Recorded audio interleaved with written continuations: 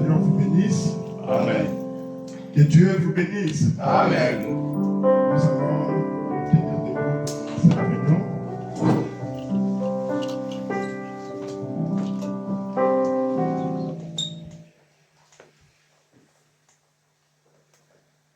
Nous allons chanter le numéro 585, Blanc, plus blanc que neige.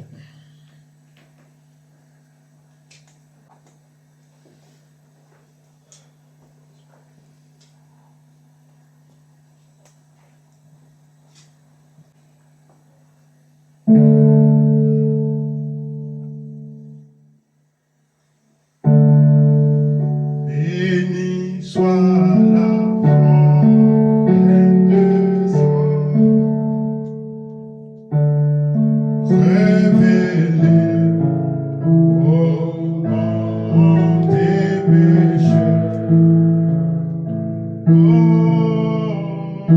béni soit le chien, Fils de Dieu. Par ses maîtrises, nous sommes guéris. J'ai loin de sa bergerie, apportant malheur à mon cœur. Mon cœur lavé par le sang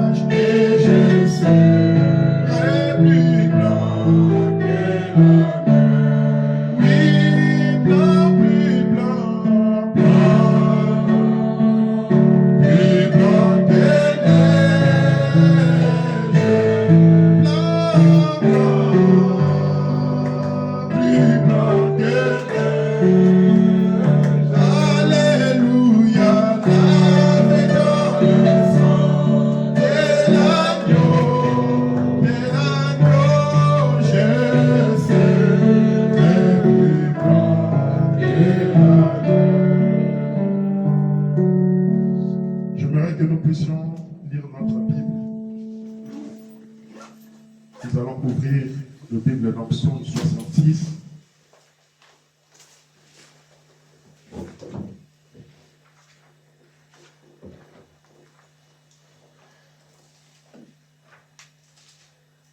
Psaume 66, la Bible nous dit: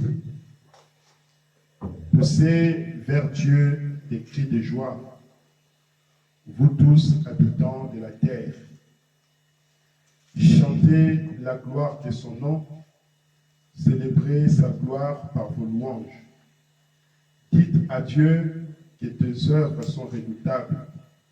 À cause de la grandeur de ta force, tes ennemis te flattent. Toute la terre t'adore et chante en ton honneur. Elle chante ton nom. Venez et contemplez les œuvres de Dieu. Il est redoutable quand il agit sur le Fils de l'homme. Il échangea la mer en une terre sèche. On traversa le fleuve à pied. Alors nous nous réjouissons en lui. Il domine éternellement par sa puissance. Ses yeux observent les nations. Que le rebelle ne s'élève pas. Peuple, bénissez notre Dieu, faites retentir sa louange. Il a conservé la vie à notre âme et il n'a pas permis que notre pied chancelle. Car tu nous as éprouvés, ô Dieu, tu nous as fait passer au creuset comme l'argent. Tu nous as amenés dans le filet, tu as mis sur nos reins un pesant fardeau. Tu as fait monter des hommes sur nos têtes. Nous avons passé par le feu, par l'eau, mais tu nous en as tirés pour donner l'abondance. J'irai dans ta maison avec des holocaustes. J'accomplirai mes vœux envers toi. Pour eux, mes lèvres se sont ouvertes et ma bouche les a prononcées dans ma détresse. Je t'offrirai des brebis grasses en holocauste avec la graisse des béliers. Je sacrifierai de brebis avec des boucs. Venez, écoutez, vous tous qui craignez Dieu, et je raconterai ce qu'il a fait à mon âme. J'ai crié à lui de ma force, et la louange a été sur ma langue. Si j'avais conçu l'iniquité dans mon cœur, le Seigneur ne m'aurait pas exaucé.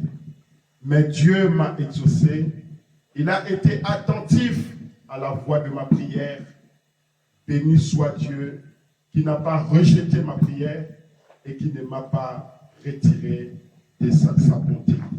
Amen. Amen. Je me presse. Numéro 577. Je me presse sur la route du ciel, nouvelles auteurs. Chaque jour je garde sur mon chemin. Je prie toujours. Place-moi, Seigneur, au lieu plus haut. Lève-moi, Seigneur, que je me tienne 5-7-7 par la foi sur le plateau du ciel, la plus haute, jamais, jamais trouvé, passant, Seigneur, au lieu plus.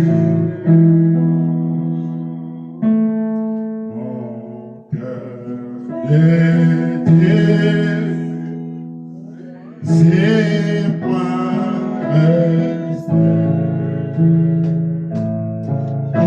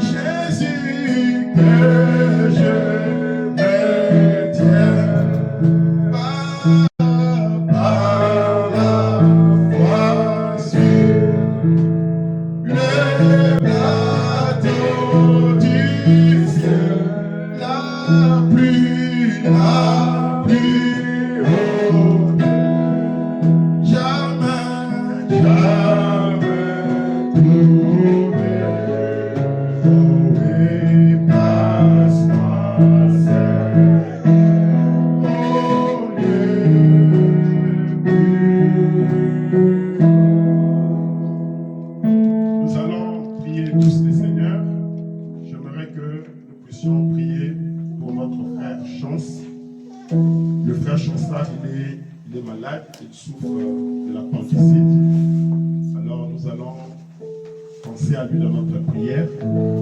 Il va se faire opérer le 23 juillet. Donc le frère Chassard, ça fait quelques temps, il a commencé à venir communier avec nous.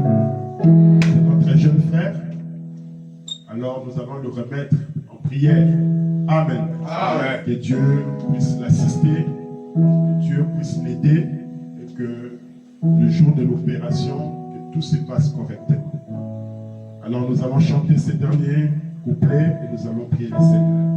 Je veux atteindre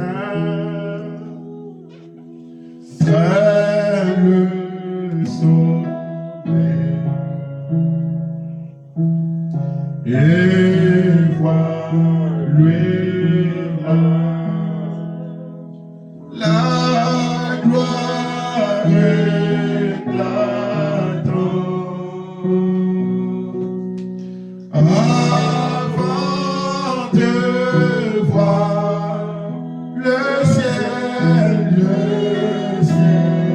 je prie, Seigneur, lève-moi, Seigneur, au lieu plus haut. Lève-moi,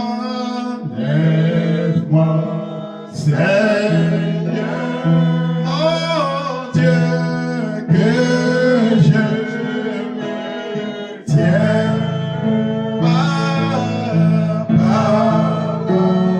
voici le plateau du ciel, la plus haute plaine, jamais trouvé. Moi, place-moi, Seigneur, au lieu plus. Élèvons nos voix et prions tous le Seigneur. Merci Seigneur.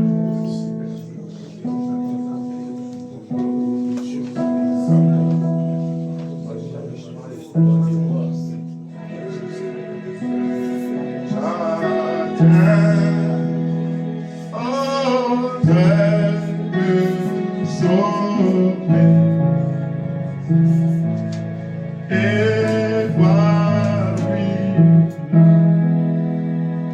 la gloire éclatante avant de voir le ciel, je prie, mon Dieu, place-moi, Seigneur, au lieu plus haut. Lève-moi, Seigneur, mon roi, que je me tiens, mon Dieu, par la foi sur le plateau du ciel, la plus haute, jamais trouvé. Oh oui, place-moi, Seigneur, au lieu plus haut. Éternel Dieu, notre Père Céleste, c'est un privilège pour nous de venir dans ta maison ce matin pour t'adorer, pour te louer, pour magnifier ton Saint-Nom, Seigneur. Et Seigneur, aujourd'hui, nous venons humblement devant ton trône de grâce pour te dire infiniment merci. Toi qui nous as donné ton souffle de vie. Toi qui as protégé nos familles. Toi qui as protégé nos maisons.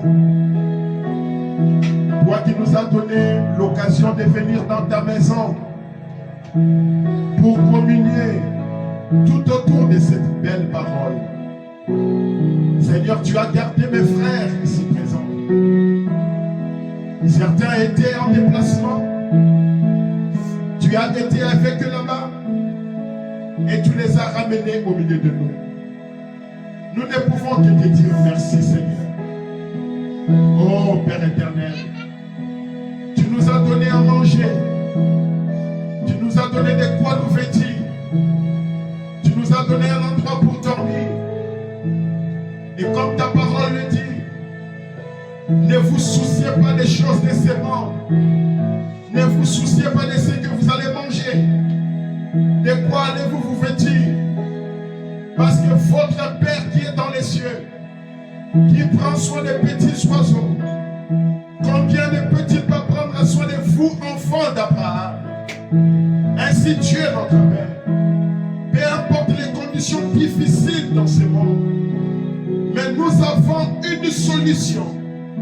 Nous avons quelque chose qui fortifie notre être, qui fortifie nos âmes, qui nous donne le courage de savoir que nous avons la solution à toutes choses. Et la solution que nous avons, c'est le nom du Seigneur Jésus-Christ. Ainsi, par ton nom, oh Dieu, les démons sont vaincus. Par ton nom, Seigneur, nos problèmes sont résolus. Par ton nom, Seigneur, nous avons la guérison à notre corps. Par ton nom, Seigneur, nous avons la victoire en toutes choses. Par ton nom, Seigneur, nous avons la paix, Seigneur, notre Père. Nous avons la joie, Seigneur. Alors que ton nom soit glorifié. Alors que ton nom soit béni. Alors que ton nom soit acclamé, Seigneur. Que ton nom, oh Dieu Tout-Puissant, soit béni à jamais. Notre Père et notre Roi, nous sommes venus ce matin pour communier tout autour de cette parole. Mais nous avons eu ce matin la requête de notre frère Chansa, qui est malade, oh Dieu, et qui souffre de l'appendicite. Ces démons de l'appendicite qui les dérangent, oh Dieu, notre Roi. Nous prions que tu puisses intervenir. Que Père, tu puisses faire quelque chose pour notre frère. Quand il partira à l'hôpital, que cette opération se fasse sans danger. Nous sommes dans un pays où la science est développée. Mais Seigneur, malgré cela, nous savons que si toi, tu décides, Seigneur Dieu, sur quoi que ce soit, cela va arriver. Alors nous voulons remettre notre frère entre tes mains. Ces hommes ici, Seigneur, ils vont pratiquer leur manière, leur expérience, mais nous voulons que ta main puissante soit sur ton fils, qu'il soit guéri. Et même quand les docteurs, par l'intelligence que tu leur as donnée, ils vont intervenir sur notre frère et qu'ils vont enlever cette maladie. Mais c'est toi qui vas penser la plaie, Seigneur Jésus-Christ. Alors nous te demandons de pouvoir aider notre frère, que tu puisses l'assister, que tu puisses bénir sa famille, que tu puisses l'aider, Seigneur. Nous pensons aussi à ta fille, oh Dieu Tout-Puissant, qui est maintenant à terme, Père bien-aimé, qui va aller bientôt pour accoucher. Nous la remettons entre tes mains. Dans ces moments de douleur, dans ces moments difficiles, elle a vraiment besoin, grandement besoin d'une aide. Et qui est celui qui peut mieux aider qu'à part toi, Seigneur? Alors assiste notre soeur. Je remets aussi tous mes frères ici présents qui ont des difficultés, Seigneur Jésus-Christ. Peu importe la difficulté qu'ils ont, que ce soit administrative, que ce soit financier, que ce soit familial, Seigneur Dieu notre Père, j'ai pris que tu puisses les aider tous, Seigneur Père, que tu puisses leur trouver la solution à chacun de leurs problèmes. Ils sont venus se réfugier sous le toit de ce message et de ce prophète William Marion Branham. Alors Dieu, parce que tu nous as envoyé un grand prophète dans ces temps de la fin, laisse que toutes les bénédictions bénédictions qui sont issues de ces ministères, Seigneur Jésus-Christ, viennent sur eux. Qu'ils soient bénis, qu'ils soient fortifiés, qu'ils soient encouragés par la prédication de la parole, par le message qui sera apporté. Merci Seigneur Dieu, notre roi. Je remets aussi notre bien-aimé frère, Claude, qui est venu au milieu de nous. Que Père Céleste, tu puisses l'assister, tu puisses l'aider, tu puisses l'encourager, tu puisses bénir son ministère, tu puisses l'aider, Seigneur Jésus-Christ, dans tout ce qu'il fait pour toi. Bénis sa famille, bénis ses soeurs, bénis ses parents, Seigneur. Et nous remettons toutes choses entre tes mains. Sans oublier notre cher pasteur, Jean-Marie Mouya. Sans oublier nos bien-aimés frères des camps, nos frères qui sont à Paris, le pasteur Daniel, le pasteur Alexis. Je les remets tous entre tes mains. Ils essaient de faire un grand travail pour ton royaume et pour toi, Seigneur. Alors aide-nous, Seigneur. Aide chaque ministre de l'évangile. Aide chaque pasteur, Seigneur Jésus-Christ, qui est dans ces messages, qui essaye de fortifier le frère, qui essaye d'encourager le frère. Oh Dieu notre Père, aide-le, Seigneur Jésus-Christ. Nous sommes en train de vivre un moment difficile. Nous sommes en train de vivre une période difficile. Nous sommes en train de vivre un temps difficile. Nous avons grandement besoin de toi, Seigneur. Aide-moi aussi à être un bon serviteur de Dieu, à être un bon prédicateur, à aimer tes enfants ici, à les supporter, à les aider et à prier beaucoup pour eux. Je les abandonne entre tes mains. J'abandonne ma famille aussi entre tes saintes mains. Reçois l'honneur et la gloire. Nous remettons ce service entre tes mains, du début jusqu'à la fin. Nous remettons notre moment d'adoration entre tes saintes mains. Nous remettons, Seigneur Jésus-Christ, notre journée à toi, Seigneur. Nous sommes le 21 juin. Les gens ont établi une journée de la musique. Alors, Père bien-aimé, nous voulons aussi profiter de ces petits moments, de ces petites occasions, pour te chanter, Seigneur. Alors que le monde sera en train d'adorer le diable, nous voulons t'adorer, Seigneur. T'adresser quelques chants de remerciement, Seigneur. Merci beaucoup. Nous avons ainsi prié et demandé dans le nom tout puissant de notre Seigneur Jésus-Christ. Amen. Amen. Amen. Amen. Est-ce que vous allez bien? Amen. Que le Seigneur vous bénisse. Amen. Nous allons chanter un cantique. Nous avons le frère l'autre qui est parmi nous. Mon jeune frère, c'est Joseph déjà, non? Neville, pardon. Et mon jeune frère Neville. Ils sont venus. Bon, frère Claude, il est à Wavre, mais il vient à Caen. Neville, toi tu es où? À Caen? Toi aussi tu es au Wavre? Ah bon? Je pensais que tu étais à Caen. Tu n'étais pas à Caen? Tu es toujours au Wavre? Ok. Donc, les deux sont du Havre, mais ils viennent à Caen de temps en temps. Et frère Claude, vous les connaissez, non? Oui. Donc, frère Claude, il est prédicateur, jeune ministre. Alors, je l'avais invité aujourd'hui pour qu'il puisse nous aider un tout petit peu dans la prédication. Amen. Amen. Vous voulez écouter aussi un jeune homme? Amen. Nous apporter la parole? Amen. Ah. Donc, je crois que ce sera une bonne chose que frère Claude puisse nous parler un tout petit peu ce matin. Et comme je l'ai dit, nous n'allons pas rester très longtemps. Donc, 13h30, on va terminer. Donc, il y aura à peu près 45 minutes. S'il veut, vous savez, les ministres, ils essaient toujours de déborder un peu. Ça ne sera pas très dur envers lui s'il dépasse de quelques minutes. Mais nous allons chanter un chant et puis, comme ça, nous allons avancer vite. Bien dîner.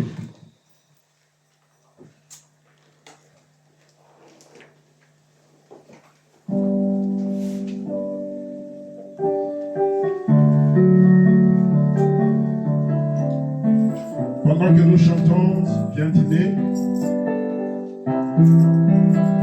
frère Claude va se préparer.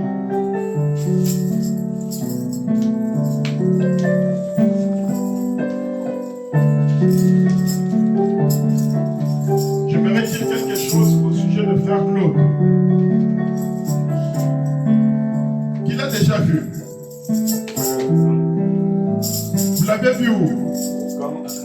À Caen et où aussi? Paris. Frère Pablo.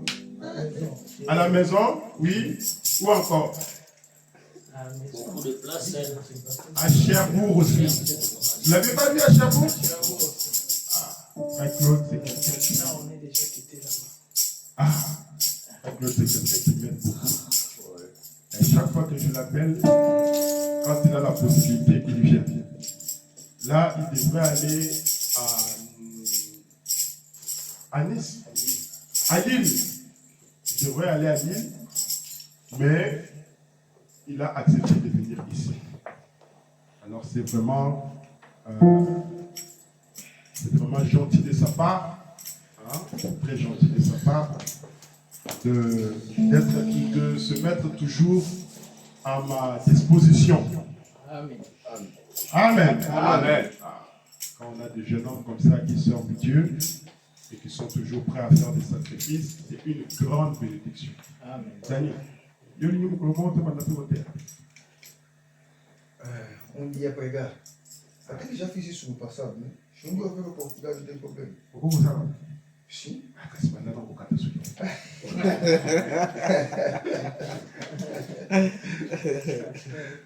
C'est pour la volonté de Dieu jusqu'à ce que j'ai fait. Ça, c'est une très bonne chose. Et j'ai oublié, pas ça en côté.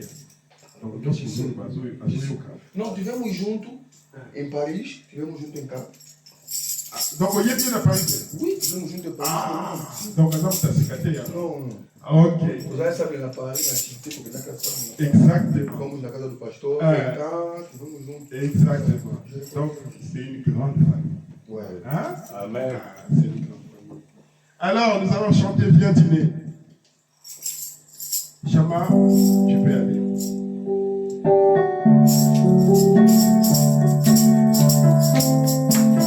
Avec nous-mêmes, s'il vous plaît.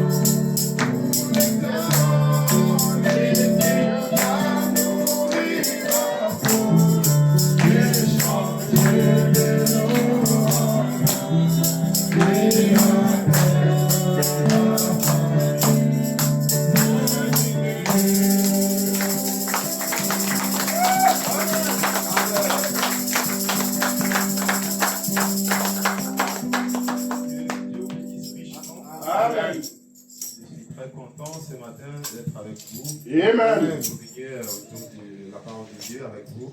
Amen.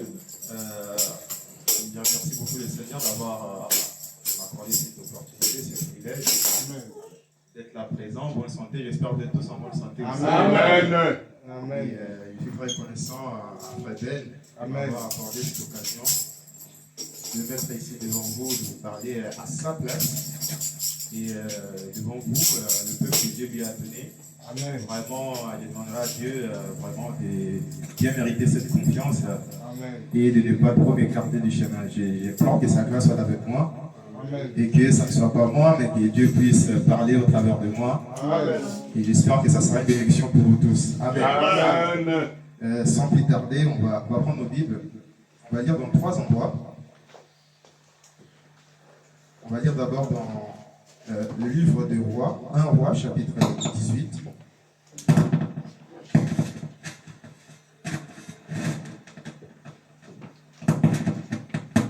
On lira après dans Malachie, chapitre 4, 5, 6, et dans le livre de Timothée, 1 Timothée après. Dans 1 roi, chapitre 18, à partir du verset 36, la Bible dit ceci. Au moment de la présentation de l'offrande, Élie le prophète s'avança et dit: L'Éternel Dieu d'Abraham, d'Isaac et d'Israël, que l'on sache aujourd'hui que tu es Dieu en Israël, que je suis ton serviteur et que je fais toutes ces choses par ta parole. Réponds-moi, Éternel, réponds-moi, afin que ce peuple reconnaisse que c'est toi, Éternel, qui es Dieu, que c'est toi qui ramènes leur cœur. Et le feu de l'Éternel tomba et il consuma l'holocauste, le bois, les pierres et la terre. Et il absorba l'eau qui était dans le fossé. Quand tout le peuple vit cela, ils tombèrent sur leur visage et dirent: C'est l'Éternel qui est Dieu, c'est l'Éternel qui est Dieu.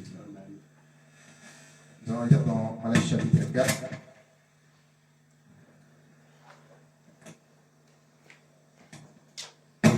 Verset 5 jusqu'à 6. Voici, je vous enverrai Élie le prophète, avant que les jours de l'Éternel arrivent, ces jours grands et redoutables. Il ramènera les cœurs de pères à leurs enfants et les cœurs des enfants à leurs pères, de peur que je ne vienne frapper le pays d'interdit. Et on finit dans 1 Timothée, chapitre 6. Verset 16. Et je vais lire le verset 15, 1 Timothée chapitre 6, verset 16. Je pense à 15.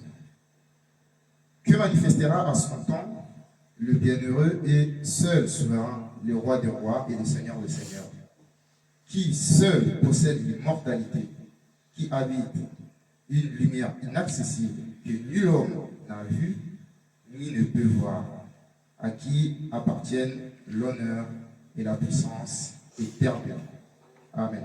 Amen. Bonne fête pour la prière. Dieu d'Abraham, Dieu d'Isaac, Dieu d'Israël, Dieu de William Marion Branham, toi le même hier, aujourd'hui et éternellement, toi qui ne changes pas, nous te sommes reconnaissants, Seigneur Dieu, pour le plus grand don que tu nous as accordé, le don de la vie éternelle. Nous te disons merci, Seigneur notre Dieu, pour l'œuvre du calvaire, pour les sangs de ton Fils Jésus-Christ qui a été versé à la croix pour nous. Nous te disons merci, ô Dieu, pour ce sang qui a rendu possible ce message du temps de la fin. Nous te disons merci, Père Céleste, ô Dieu, pour l'accomplissement, Seigneur, de toutes les promesses et les prophéties de la Bible en notre temps, Seigneur notre Dieu. C'est que nous te demandons ce matin, Seigneur Dieu. Nous venons de lire ta parole comme n'importe qui, ô Dieu, qui était à l'école, qui peut lire ces écritures, Seigneur. Mais l'interprétation et le sens vient de toi, Père Céleste Dieu. Viens nous en aide en ce matin et que nous ne puissions pas sortir d'ici dès que nous sommes venus, Seigneur, mais que nous puissions sortir d'ici comme Cléopas et son ami en chemin de Maïus. Comme ils étaient dit en eux-mêmes, que nos cœurs brûlaient dedans de nous lorsque nous étions dans sa présence. Accorde-nous cela pour la gloire de ton nom. Nous te prions ainsi dans le nom du Seigneur Jésus-Christ, pour ta gloire. Amen. Amen. Veuillez vous asseoir. Amen. Encore une fois, que Dieu vous bénisse. Amen. Je ne vais pas être très long, je vais être très court, je l'espère. Et les titres de ma prédication, si je fais la bien prédication, ça sera le retour de la colonne de feu. Ça sera. Ouais, ça sera le retour de la colonne de feu. Le titre de ma prédication. Le retour de la colonne de feu. L'apôtre Paul, nous le connaissons, nous savons que c'était normalement le 12e apôtre qui devrait remplacer Judas Iscariote, celui qui avait trahi le Seigneur. Et quand il est venu, il avait un peu plus d'opportunités, ou il avait un peu plus de grâce, si on peut dire ça comme ça, et par rapport à d'autres apôtres avant.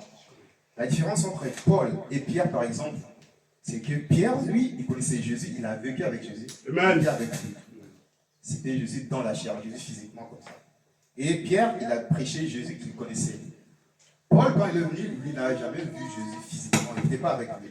À ce moment-là, il était en train de faire ses études de théologie chez les pharisiens. Et quand il a fini là-bas, il est devenu grand docteur chez les pharisiens. Il a commencé à persécuter les disciples de Jésus. Mais quand Jésus l'appelle, lui, il rencontre le même Jésus. Mais à la différence des autres apôtres, lui, il rencontre Jésus sous une autre forme. C'était à la forme de la colonne de feu. En d'autres termes, c'est le même Jésus, mais qui est ressuscité, qui est retourné dans la forme du Père. Il avait dit une fois à ses disciples, il avait dit à ses disciples, il vous est avantageux que je m'en aille. Parce que si je suis là, dans ce corps ici, vous ne pouvez pas voir tellement de choses. Parce que quand il était là sur la terre, il condensait en lui toute la gloire, toute la puissance était en lui. Et les autres étaient un peu limités. Et il a fallu qu'il puisse mourir à la croix, retourner dans la forme de la colonne de feu, dans sa forme initiale. Et comme ça, il va se déverser au milieu de l'Église.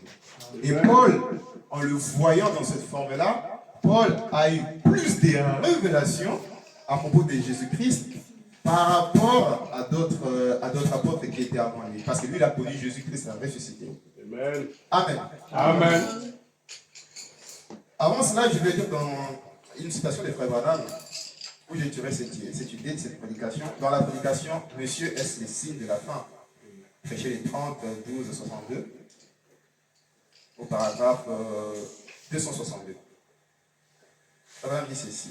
Il fait la liste des mystères qui devraient être révélés dans ce temps de la fin.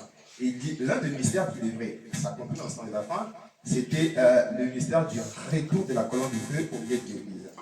Il dit ceci, le retour de la colonne de feu, Amen, c'est la chose qui est censée arriver, et nous la voyons.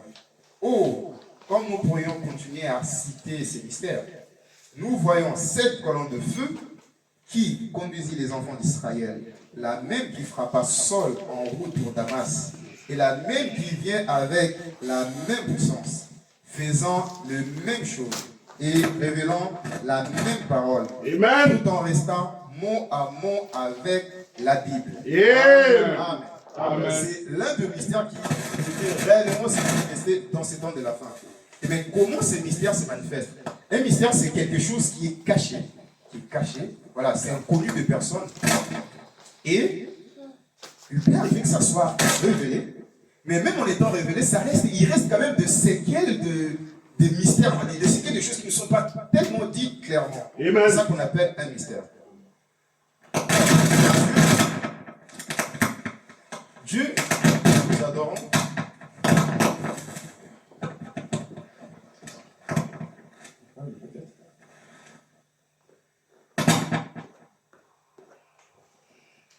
Dieu, Frère Branham dit que, la Bible dit aussi, Dieu est un esprit. Au commencement, avant la création de toutes choses, Dieu était là dans une forme de l'esprit. C'est-à-dire qu'il n'était pas tangible, il n'avait pas de corps corporel comme ça. C'était un grand esprit qui remplissait tout l'univers entier. Il n'y avait même pas d'univers pour les dire. C'était juste, comme on peut dire, le chaos total. Et lui, il était là dans cet état pendant des milliards et des milliards d'années. Il n'y avait même pas de temps, et du coup, on ne peut pas même qualifier la période, la durée du période. C'est comme un cycle, comme madame dit, par exemple, c'est comme un zéro parfait comme ça. C'est ça qu'on appelle l'éternité. C'est-à-dire qu'il n'y avait pas de commencement, il n'y avait pas de fin. Ça ne faisait que tourner. Amen. Les temps, c'est quoi? Les temps, c'est juste une portion de l'éternité qu'on découvre comme ça. Et on a un commencement et une fin, c'est ça qu'on appelle les temps. Et Dieu, avant le commencement de toutes choses, il était dans cet état de l'éternité. Et nous étions en Dieu sous forme de l'esprit, sous forme des pensées. Et Dieu était là aussi étant un esprit. Alors Madame dit maintenant, étant dans cette forme-là, il voulait manifester des attributs en lui. Il voulait être guérisseur, vous savez, créateur et tout ça. Maintenant, la seule façon, il fallait quitter cette forme-là. Parce qu'ici, il était, qu'on appelle Elohim, c'est lui qui vit par lui-même. Il ne pouvait pas déployer tous ses attributs. Pour la seule façon, il fallait changer de forme. Et il a quitté ces formes-là pour venir dans une forme qu'on appelle le logos pour les fils. C'est la forme de la colonne de feu, comme vous voyez dans la photo juste au-dessus. C'est la forme de la colonne de feu. Et c'est dans cette forme-là, frère Madame dit, dans la prédication, je ne vais pas amener la citation, question-réponse sur la Genèse. Madame dit, c'est dans cette forme-là qu'il a commencé à créer les cieux et la terre. Amen. C'est dans cette forme-là maintenant, quand il a commencé à créer et que les anges ont commencé à l'adorer, et c'est à ce moment-là qu'on peut parler de Dieu. Parce que Dieu veut dire objet d'adoration. Quand il était esprit, il n'était pas encore adorable par personne. Il était tout seul. Il était tout seul dans cet état-là. Et plus tard, cette colonne de feu, c'est Logos, a été fait chair. Dans la prédication, qui est ce Melchisédek, Madame dit, c'est Logos-là qu'on appelle la forme théophanique de Dieu, en d'autres termes. Logos veut dire la parole aussi. Il dit, c'est Logos-là, c'est celui qui avait rencontré Abraham, par exemple. Quand Abraham était sur les chemins des Mamré, c'est lui qui avait fait la promesse à Abraham. Amen. Et c'est ce Logos-là que plus tard devait se manifester, devait s'incarner. Ça veut dire quoi? Dieu, une fois, il voulait accomplir sa promesse. D'abord, avant, dans le jardin d'Éden, Dieu, quand il a créé l'homme et tout, Adam était sur la terre. Adam, c'était le fils de Dieu. Il n'y avait pas de péché. Quand Madame dit Dieu pouvait voir, l'homme pouvait voir Dieu sous cette forme-là. Il n'y avait pas d'intermédiaire en fait. Il n'y avait pas de limite. Dieu descendait chaque soir et il entrait en communion avec Adam. Dieu lui-même était le premier messager. C'est lui-même qui était le premier pasteur. Et Adam, c'était le membre en fait. Et Dieu, il prêchait à Adam. Et quand Dieu est retourné, Adam, c'était à son tour maintenant de prêcher. Donc quand le péché est entré, cette communion-là a été interrompue. Dieu est descendu pour la dernière fois. Il a annoncé le jugement, vous savez tout ça. Et il a condamné Adam, il a condamné la terre, il a condamné la femme. Après, il est retourné. Depuis là, il a eu l'unimitié. Et frère Branham dit, depuis ce moment-là, l'apparition de cette colonne de feu est devenue très rare dans la Bible. Si vous voyez, les gens ne voyaient pas la colonne de feu à chaque fois. Et même dans la vie de frère Branham, si on compte le nombre des apparitions de la colonne de feu dans sa vie, ne dépasse pas plus de 8 fois. Il dit, frère, c'était devenu quelque chose de très, très, très rare dans la Bible, parce que c'est une présence sainte de Dieu, cette colonne de feu. Et maintenant, quand Adam a été chassé, l'unité est entrée. Dieu lui-même étant le père d'Adam, il a commencé à faire un plan. Il dit, comment je peux faire pour pouvoir ramener à nouveau l'amitié entre l'homme et moi? Parce que l'amitié a été coupée. Et Dieu a commencé à travailler pendant tout l'Ancien Testament et tout. Et Frère Branham dit que ça a duré 4000 ans. Depuis Adam jusqu'à Noé, c'était 2000 ans. Et de Noé à Jésus, c'était encore 2000 ans. Ça fait 4000 ans. Et au bout des 4000 ans, Dieu a trouvé une solution. Il a dit que la seule façon pour pouvoir sauver l'homme, pour pouvoir ramener encore cette amitié entre moi et l'homme, c'est ce que moi, Dieu, je puisse venir verser mon sang sur la terre. L'étude de cela, regardez un peu dans la Bible. La Bible dit ceci, que quand ils ont péché et tout, et ils étaient nus, et Dieu a pris un agneau, la peau de l'agneau, il a fait des vêtements pour la femme et les vêtements pour l'homme. Et leurs vêtements étaient différents. Frère Branham explique très bien, il dit ceci, c'est qu'en ce moment-là, quand le péché est entré, Dieu était gravement en colère. Et la seule chose pour pouvoir calmer la colère de Dieu, c'était de voir le sang couler. Et c'est pour ça, pendant que Dieu était en train de juger l'homme, il y avait un agneau qui était juste à côté. Et Frère Branham dit, sous cette colère-là, Dieu a pris de sa main, il a frappé cet agneau, et l'agneau était mort. Et quand Dieu a dit le sang couler de l'agneau, c'est la chose qui a calmé Dieu. Et le même Dieu qui était en train de condamner, le même Dieu, il a pris la peau de l'agneau, il a fait des habits pour l'homme et la femme. Amen. Amen. Et Dieu s'est dit, ok, comme le sang m'a calmé, c'est qu'il faut que le sang puisse être répandu pour pouvoir ramener à nouveau cette communion. C'est pour ça, dans l'Ancien Testament, les gens, quand ils commettaient un péché, ils allaient au temple avec des boucs, des taureaux, des agneaux, pour que Dieu puisse avoir miséricorde pour eux. Ça marchait. Mais sauf que ça n'enlevait pas le péché. Ça ne ramenait pas l'amitié entre Dieu et l'homme. C'était quelque chose de temporaire. Jusqu'à ce qu'un jour, Dieu a trouvé la solution en envoyant cet homme. Amen. Dieu lui-même qui est devenu homme, venant sur la terre, l'agneau de Dieu, mourir à la croix, verser de son propre sang pour que l'humanité soit sauvée. Amen. Pour ramener à nouveau l'amitié entre l'homme et l'humanité. Amen. Amen. La Bible dit ceci, l'apôtre Paul dit que en lui habitait corporellement toute la plénitude de la divinité. Il y a une grande différence entre Dieu fait chair et Dieu incarné. Dieu était incarné dans le prophète, Dieu était incarné dans Frère Branham. Mais en lui, ce n'était pas Dieu incarné, en lui, c'était Dieu fait chair. Amen. Dieu incarné, ça veut dire Dieu dans. Mais Dieu fait chair, ça veut dire Dieu qui est devenu quelqu'un. Lui était Dieu fait chair, ça veut dire Dieu qui était devenu homme. Amen. Remarquez dans la Bible, quand ils l'ont crucifié, avant de le crucifier, ils ont demandé, c'est quoi la cause pour vous voulez tuer cet homme?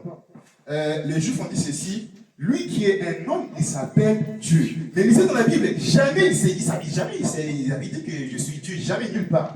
Il disait je suis le fils de l'homme, qui veut dire prophète, ou il disait je suis le fils de Dieu. Or, les Juifs savent très bien, d'après leur théologie, ils savent très bien que le fils de Dieu veut dire Dieu qui est devenu un homme. C'est ça qu'on a dit. Et quand il a dit que je suis le fils de Dieu, non. Lui parle de fils de Dieu, c'est-à-dire le Dieu créateur de l'univers qui est devenu un humain, on ne peut pas croire. Et c'est pour cette raison qu'on l'avait tué. Parce qu'ils savent très bien que le fils de Dieu, ça veut dire Dieu qui est devenu un humain. Amen. Amen. En lui habitait corporellement la plénitude de la divinité. Amen. Or, Frère Branham dit dans la prédication, j'ai laissé beaucoup des prédications que j'avais préparées. Je vais me rappeler de ça. Il dit ceci, que la colonne de feu, c'est l'attribut de la plénitude de la divinité de Dieu. Amen. Et en lui habitait cette colonne de feu-là, était incarnée cette colonne de feu-là. Amen. Amen. Après, il est mort, on sait très bien. Et il est ressuscité, il est retourné au ciel. Il a promis à ses disciples que restez à Jérusalem, ne partez pas, ne partez pas à Jérusalem. Et je vous enverrai le consolateur, le Saint-Esprit, qui va vous conduire jusqu'à la fin. Ils sont restés là-bas, jusqu'à ce que sur les 120 qui étaient dans la chambre haute, la colonne de feu est de nouveau retournée et descendue. C'était subdivisé sur les 120 personnes qui étaient là. Et ils ont commencé à prophétiser, à parler en langue et tout. C'est là les débuts de l'Église. Amen. L'Église a commencé le jour de la descente de la colonne de feu. Amen. Le jour où l'Esprit qui était en Jésus-Christ est descendu au milieu de l'Église. Et ça, il y a eu de manifestations, de dons, la puissance de Dieu. L'Église a commencé là-bas. Jusqu'à ce que, à un moment donné, comme Dieu fait ces choses, Dieu, on dit ceci, quelquefois, pour que la parole de Dieu soit éparpillée dans le monde entier, Dieu peut permettre des persécutions, il peut permettre des troubles, même des guerres. Cela se trouve dans les plans de Dieu. Un jour, il y a eu un général, un empereur à Rome, nommé Néron, et un autre général nommé Titus. Ils ont eu un plan. Ils m'ont dit on va aller à Jérusalem et tout, on va assiéger Jérusalem. Après, on va détruire le temple qui était construit par le deuxième temple qui était construit par Zorobabel. On va détruire cela et on va chasser les Juifs de la Palestine. Et c'est ce qu'ils ont fait en l'an 70. Et Jérusalem a été assiégée, a été détruit. Et tous ceux qui se trouvaient là-bas, ils ont fui la ville de Jérusalem. Ils sont allés en exil. Depuis ce moment-là, jusqu'à aujourd'hui. Ils sont toujours en exil. Et c'est à ce moment-là que Dieu a permis que la parole de Dieu puisse aller partout. Jusque dans la ville de Rome, où s'est trouvée en fait la domination mondiale de ces moments-là. À Rome, Rome dans ce moment-là, c'était un peu comme les États-Unis d'aujourd'hui, voire même plus que les États-Unis d'aujourd'hui. Parce que Rome, c'était un empire qui envahissait des territoires comme ça et imposait leurs lois. C'était comme ça. Et Dieu a permis que la parole puisse aller là-bas à Rome. Jusqu'à ce qu'un jour, là-bas, Rome s'était persécuté. Mais il priait de côté aussi. Ça allait un peu. Jusqu'à ce qu'à un moment, il y a eu un empereur à Rome encore, nommé Constantin. Et Constantin a organisé un concile de Nicée en l'an 325. Amen. Et là, il a fait l'union entre l'église de Jérusalem qui avait le Saint-Esprit et la Rome païenne, c'est-à-dire la Rome qui adorait plusieurs dieux, et ils ont uni les deux là. Et c'est là où est née l'église catholique. Les autres églises sont nées beaucoup plus tard. Mais l'église catholique est née en ce moment-là. Et Frère Branham dit que l'église catholique, c'est vraiment l'église de Jérusalem qui avait la colonne de feu et tout, mais qui se sont réunis avec Rome papale pour former la grande dénomination ou la grande prostituée qui est l'église catholique. Et cet événement-là marque ce qu'on appelle les débuts de l'âge ou des âges sombres. Les âges sombres, c'est les âges où la colonne de feu qui dominait sur l'église commençait à baisser de luminosité. Jusqu'à ce qu'il y ait l'obscurité totale. Amen. Amen. Voilà, il dit ceci, une fois quand le pape était parti à Jérusalem, il y a eu des éclipses lunaires qui sont apparues au ciel et tout. Et les gens ils ont pris des photos. Et ces éclipses-là représentaient les 7 âges de l'église parce qu'il y en avait 7. Et le 7e, il était tellement noir, tout obscur quoi. Voilà, il me dit ça représente comment la puissance de Dieu au début, il était énorme. Enfin, la lumière était énorme. Et plus les âges passent, plus ça commence à se réduire, Et au temps de la haute, c'était tellement noir, tellement obscur. Genre, il y avait presque pas de nuit, quoi. J'ai de petites étoiles qui restaient encore. C'est exactement la position de l'église aujourd'hui. Vous voyez, aujourd'hui, par exemple, les gens n'aiment plus l'église, n'aiment plus aller à l'église. Si tu prends 20 ans en arrière, on peut dire que le nombre de croyants était beaucoup plus élevé par rapport à aujourd'hui. Si tu prends 50 ans en arrière, c'est encore beaucoup plus élevé. C'est-à-dire les gens, ils commencent à non pas seulement perdre la foi, mais perdre même l'amour de Dieu à cause de tout ce que nous pouvons vivre. Les actualités et la société qui impose souvent à certaines personnes d'abandonner Dieu et de suivre en fait la mode. Est-ce que le diable a réussi? Et toujours, il a toujours voulu faire ça. Écarter les gens, retirer dans les gens l'intention et l'amour d'aimer Dieu. Et que les gens puissent aimer les choses du monde. C'était ça les âges sombres. Amen. Et si vous regardez dans l'histoire, vous allez voir que le Moyen-Âge, c'est représenté par le Moyen-Âge. C'est le temps le plus mal connu de l'histoire et même le plus dangereux. C'est dans le Moyen-Âge qu'on a eu la peste noire. Dans le Moyen-Âge qu'on a eu des guerres des 100 ans, beaucoup de guerres comme ça dans le Moyen-Âge. Alors que dans l'Antiquité, à l'époque gréco-romaine par exemple, il y a beaucoup de choses qui ont été construites en ce moment-là et ça existe encore aujourd'hui. Il y a des temples romains qui existent encore. Mais dans le Moyen-Âge, il y a peu de choses qui nous sont encore revenues aujourd'hui. Parce que c'était un moment où les hommes étaient devenus tellement des immoraux et les gens étaient beaucoup plus écartés de Dieu. Et c'était les âges sombres. Maintenant, comment faire pour que la lumière qui disparaît, ou la lumière qui commence à diminuer, pour que cela puisse revenir encore au milieu de l'église? Il faut trouver une méthode, il faut trouver une technique pour ramener de nouveau cette lumière au milieu des enfants de Dieu. Comment faire? Amen. Amen. On va voir un peu une petite illustration dans l'histoire. On connaît tous les homo sapiens, homo habilis, homo erectus. Ça, c'est ce qu'on apprend en histoire. Bon, apprendre avec des pincettes, c'est pas totalement vrai. Dans l'histoire, l'homme était un sauvage, en fait, et il vivait dans les cavernes, il dormait sur la montagne, il mangeait des aliments crus, parce qu'il n'y avait pas de feu. L'homme avait déjà vu le feu une fois. Par des volcans, il a vu le feu, parce que le feu n'a jamais été créé. L'homme, il a découvert le feu. On ne crée pas le feu. Mais ce qu'on doit faire avec le feu, il faut trouver la méthode de comment domestiquer le feu, de comment maîtriser le feu. C'est ça la chose, la différence. Et l'homme était là dans cet état primitif.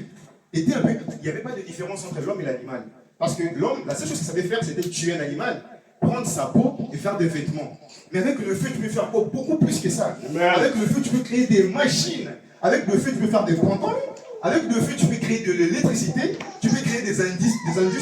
Avec le feu, tu peux créer des compagnies. Tu peux faire marcher des avions. Tu peux faire marcher des locomotives et tout. Avec le feu. Mais comment domestiquer ce feu-là? Le premier homo qui a pu faire un peu cela, c'était Homo erectus. Lui, il est venu, il a vu le feu, il a dit, ok, je pense qu'avec ça, parce que l'homme était ce qu'on appelle les peuples nomades. Ils n'étaient pas stables, ils n'étaient pas sédentaires. Ils voyageaient à chaque fois. Il a dit, bon, avec le feu, je pense qu'il y a un moyen que je puisse me réchauffer la nuit. Ce qui veut dire que je ne serais pas obligé, par exemple, quand c'est la saison sèche en Afrique, ou quand c'est l'hiver en Europe, je ne suis pas obligé à chaque fois de me déplacer. Donc je peux créer du feu, et le feu pourra me protéger contre le froid. Moi, il a réussi à faire ça en prenant le bois, en provoquant, en amenant un peu le feu. Mais le problème qu'il avait, l'Homo habilis, c'est que, Homo erectus, pardon, c'est qu'il n'arrivait pas à conserver ce feu-là. Il n'avait pas la capacité, il n'avait pas la méthode de conserver ce feu-là. Et à chaque fois, voilà, il subissait l'échec jusqu'à ce qu'il a disparu, l'Homo habilis, l'Homo erectus, comme l'Homo habilis avant, et comme l'Homo néandertal, ou l'homme des Néandertals. Amen. Amen. Jusqu'à ce que celui qu'on appelle l'homme de sagesse ou l'homme sage, l'homo sapiens, lui il est venu. Lui il a dit non, ce feu-là on peut faire beaucoup de choses. En lui, c'est vrai que c'est des millions d'années avant, des milliers d'années avant, en lui, il voyait déjà qu'avec le feu on peut produire de l'électricité comme ça. Avec le feu on peut produire du courant. En lui, il voyait déjà qu'avec le feu, la fusée peut aller visiter d'autres planètes. Mais comment faire pour que ce feu puisse me servir de quelque chose? Au moins, lui, la science dit, il a pris un bois et un autre bois, il a fait ce qu'on appelle la friction de deux bois, des deux corps. Lui, il a su dans son intelligence que le feu, c'est chaud. Mais à part le fait que ça soit chaud, il y a un peu de la chaleur qui se dégage. Donc, l'origine du feu doit venir de la chaleur. Et il a dit, pour produire de la chaleur, il faut frotter deux choses en fait. Il sait comment ça va se frotter lui-même, la sentir de la chaleur. Il a dit, ok, mais deux objets. Il a pris un bois et un autre bois, c'est-à-dire deux corps de même nature. Il les a frottés. Et en le frottant, il y avait de la chaleur, jusqu'à ce qu'il y ait des étincelles qui se sont sorties. Il a dit, enfin, je peux créer le feu. Le feu qui autrefois, est-ce que vous me suivez? Le feu qui autrefois était quelque chose de sauvage, que les gens avaient peur, mais Homo sapiens a réussi à domestiquer le feu, a réussi à faire que le feu soit quelque chose de portable, a réussi à trouver la méthode la plus efficace pour pouvoir maîtriser le feu et que le feu puisse lui servir de quelque chose. Amen. Amen. Quand l'Homo sapiens a fait cela, il y a une nouvelle civilisation qui a commencé. C'est-à-dire les habillements ont changé. L'homme ne s'habille plus avec les peaux des animaux, mais l'homme a vu le lin, l'homme a vu les cotons. Il a dit, avec ça, je vais vraiment créer des habits et tout. Il a créé des machines. Vous connaissez tous la révolution industrielle qui s'est passée en Angleterre, où c'est celui qui a déclenché tout ce que nous savons aujourd'hui, c'est-à-dire avec la machine à vapeur et tout. Tout ça, c'est l'origine de tout cela, c'était le feu. Et aujourd'hui, on vient avec la voiture, on utilise des motos, on utilise la fusée, on voyage avec des avions. Tout ça, c'est à cause du feu. L'Homo sapiens a changé la vie des hommes. C'est pour ça que nous sommes appelés des Homo sapiens, c'est-à-dire notre ancêtre, c'est lui l'Homo sapiens. C'est à partir de lui que notre civilisation existe maintenant. Amen. Si tu prends l'homme des cavernes, tu prends l'Homo erectus, si tu le vois comme ça, il va penser par exemple que tu es un extraterrestre. Parce que tu es en costume, tu es habillé en pantalon et tout. Lui, il ne connaissait pas tout ça. Mais grâce à l'Homo sapiens, une nouvelle civilisation a commencé. Amen. Amen. Amen. La Bible dit ceci. Comme l'éclair s'élève en Orient et se couche en Occident, ainsi sera lors de la manifestation. Amen. La Madame dit ceci. Le soleil s'élève en Orient, nous le savons très bien. Et la civilisation, vous regardez bien encore en histoire, vous allez voir que la civilisation a suivi la marche, le parcours du soleil. La civilisation a commencé à l'est et la civilisation finit maintenant aux États-Unis d'Amérique. Et elle dit, l'évangile a fait le même parcours en quittant Jérusalem, qu'on vient de voir, en traversant d'abord la première mer qui est la mer Égée, en venant en Grèce, après en Italie, après en France, après en Allemagne, et en traversant encore la Manche pour aller en Angleterre, et en traversant l'Atlantique pour aller jusqu'aux États-Unis.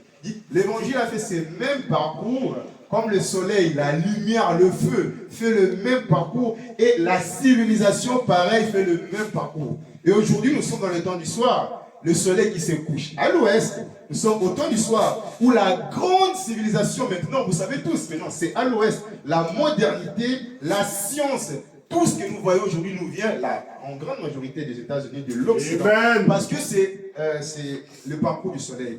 Ce n'est pas que la domination. C'est le parcours du soleil qui veut que ça soit comme ça. Amen. Quand le soleil était à l'est, c'était l'Égypte qui dirigeait. Ce n'était pas que le diable, non. Les États-Unis, ce n'est pas que le diable. Frère Branham dit aussi longtemps l'épouse est sur la terre, les États-Unis d'Amérique continuera toujours à dominer. Dieu utilisera la Russie pour bombarder ces pays, mais la Russie ne dominera pas sur la terre. Parce qu'après que la Russie bombardera les États-Unis, Dieu écrasera le royaume des hommes et il établira son propre royaume sur la terre. Amen. Les États-Unis restera toujours la première puissance économique, monétaire et militaire jusqu'au temps de la fin. Parce que la civilisation, le soleil est maintenant là-bas et l'évangile est maintenant là-bas aux États-Unis d'Amérique. Amen. Et c'est là où commence la nouvelle civilisation. On vient de lire dans le livre des rois, les prophètes Élie, qui étaient devant les prophètes de Baal et les prophètes d'Astarté. L'histoire d'Élie, vite fait, c'est une histoire un peu mystérieuse dans la Bible, si vous regardez bien. Élie, on ne connaît pas son origine. On ne connaît pas son papa, on ne connaît pas sa maman. Dans 1 roi 17, c'est pour la première fois qu'on parle d'Élie. La Bible dit tout d'un coup, il eut un homme du nom d'Élie le Tishbite, l'un des habitants des Galades. On ne connaît pas d'où il est venu. On ne sait pas son origine. C'est un grand mystère. C'est un vieux homme comme ça qui est apparu pour la première fois et il va directement devant le roi Akab. Le roi Akab qui était le roi d'Israël et qui s'était marié avec une Moabite qui est Jézabel. Cette femme qui avait fait entrer l'idolâtrie en Israël. Élie est parti devant Akab. Il lui a dit, ainsi dit le Seigneur, il n'y aura ni pluie ni rosée, sinon à mes paroles. C'est-à-dire que c'était le parole de Dieu, mais tellement c'était un homme loin, quand il parlait, c'était comme si c'était ses paroles. Il dit qu'il n'y aura ni pluie ni rosée. Pendant 3 ans, il dit, sinon à mes paroles. Ainsi dit le Seigneur, et il est retourné comme ça. Et c'est ce qui est arrivé. Il n'y avait pas de pluie, pas de rosée pendant 3 ans et demi. Jusqu'à ce que Dieu, un jour, il a dit, ok, c'est bon. Je pense que je vais faire pleuvoir. Mais va de nouveau voir Akab pour lui dire qu'il va pleuvoir et tout. Il va voir Akab encore une fois. Il dit Akab, bon, c'est bon. Dieu va faire pleuvoir la pluie. Mais maintenant, tu sais que ta femme, Jézabel, elle a fait entrer l'idolâtrie dans ces pays. En ce moment-là, il y avait 450 prophètes de Baal et 400 prophètes d'Astarté. C'est des idolâtres en fait. Ça faisait au total 950. Et Frère Branham dit à son époque, il y en avait environ 950 dénominations. Les dénominations, c'est quoi? C'est des églises chrétiennes qui croient au Seigneur Jésus-Christ, mais c'est des églises qui ont rejeté le message de leur temps, qui ont rejeté la parole de Dieu qui est envoyée dans leur monde. Il y a des baptistes, des pentecôtistes. Ce n'est pas des démons, ce n'est pas de païens. C'est vraiment des religieux, c'est vraiment des croyants, mais des croyants qui ont rejeté la parole de Dieu de leur temps. C'est ce qu'on appelle les dénominations, les églises dénominationnelles. Et vous verrez la différence entre eux et nous. Bon, Élie, maintenant, il est parti, il a dit, ok, appelle-moi ces gens-là. Ils sont venus tous, ils ont dit, on va faire une démonstration sur le mont Carmel.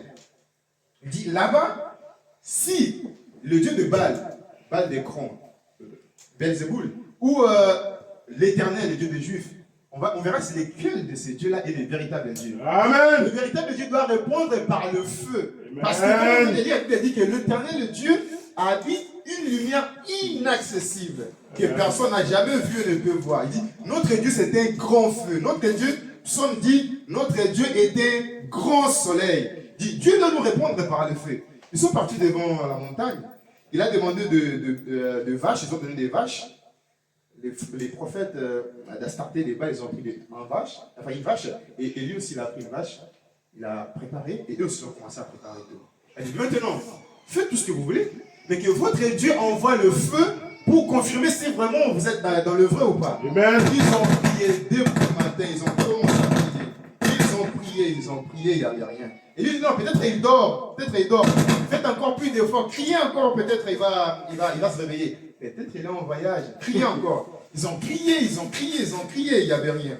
Et la Bible dit, jusqu'à ce que c'était arrivé au temps du soir. Au temps de l'offrande du soir. Il a dit, bon, c'est bon, arrêtez. Vous savez que vous n'avez pas de Dieu, arrêtez. Élie, le prophète, il a dit, ok, maintenant c'est le moment de faire la démonstration. La Bible dit ceci, Élie, il a demandé à ses disciples, il dit, amenez-moi 12 pierres. Ils ont amené 12 pierres, qui représentent les 12 enseignements des apôtres. Il a fait l'autel avec les 12 pierres. Il a dit, amenez-moi 4 cruches d'eau qui représentent les 4 ministères. Il a dit, jetez ça 3 fois. Justification, sanctification, baptême du Saint-Esprit. Les gens ne comprenaient pas ça. C'est William Branham qui nous explique. Les gens ne comprenaient pas ça. 12 pierres. Il a pris 12 pierres. C'était Élie le prophète. Frère Madame dit, la spécialité d'Élie, c'est que lui, il a la capacité de ramener le feu. C'est un peu comme l'homo sapiens. C'est-à-dire, lui, sa spécialité, c'est de ramener le feu là où il y en a. Amen. Il dit, préparez-moi cet hôtel, je sais ce que je dois faire. C'est pour ça qu'il avait défié les faux prophètes là, avec la présence du feu. Amen. Ils ont préparé. Ok. Il a fait 12 pierres. Les enseignements des 12 apôtres. Dans Malachie 4, il est écrit, voici je vous enverrai Élie le prophète. Amen. Il ramènera le cœur des enfants à Amen. leur père. Et le père là, c'est le père apostolique. Amen. Au début, on a dit ceci, que Jésus, la colonne de feu, s'est subdivisé aux apôtres. Amen. Le jour de la Pentecôte. L'église a commencé là-bas. Mais à Rome, à Nicée, l'église a été détruite parce qu'ils sont mélangés avec le catholicisme et les ténèbres est entrée. Maintenant, la mission de Malachie 4, c'est de ramener les enfants, nous, aujourd'hui, à la même foi que les apôtres. Amen. Élie, il a pris 12 pierres, les enseignements des 12 apôtres. Il a pris 4 cruches d'eau, le 4 ministères. Il a pris, il a dit jeter 3 fois. Ils ont jeté. Après, Élie a commencé à prier. Je vais lire la prière d'Élie. Il a commencé à prier. Il a dit ceci. Au moment de la présentation de l'offrande, 36, 1 roi 18, 36, au moment de la présentation de l'offrande, Élie le prophète s'avança et dit, Éternel Dieu d'Abraham, d'Isaac et d'Israël, que l'on sache aujourd'hui que tu es Dieu en Israël et que je suis ton serviteur et que je fais toutes ces choses par ta parole. Réponds-moi, Éternel, réponds-moi, afin que ce peuple reconnaisse que c'est toi, l'Éternel, qui est Dieu. Voici la prière, très importante. Et que c'est toi qui ramènes leur cœur. Amen. Alors, dans Malachie 4, il dit ceci, je vous enverrai Élie le prophète, il ramènera le cœur. C'est là que vous comprenez que Malachie 4, ce n'est pas un homme. Malachie 4, c'est le Seigneur Jésus-Christ lui-même. C'est lui seul qui ramène le cœur des enfants à leur père. Amen. Il dit, Seigneur, Élie fait la prière, il dit, Seigneur, qu'ils comprennent, c'est toi seul qui ramène leur cœur. Et quand il a fini de faire cette prière-là, la démonstration sur les monts Carmel, le feu de l'Éternel tomba et il consuma l'Holocauste, le bois, les pierres et la terre, et il absorba l'eau qui était dans les fossés. Quand tout le peuple a vu cela, ils se sont tombés, leur visage contre terre, ils ont dit ici, c'est l'Éternel qui est Dieu. Amen. La madame dit ceci, l'Élie de Malachie 4, qui, Élie les Tishbites, à l'époque c'est Élie les Tishbites. Il représente l'Élie de Malachie 4 aujourd'hui. Oh, pendant les âges sombres, remarquez, c'était l'époque de Messager Martin, Irénée, Colomba, Luther, John Wesley. Ils étaient dans le ténèbres. C'était des homo habilis, homo néandertaliens, tous ces gens-là.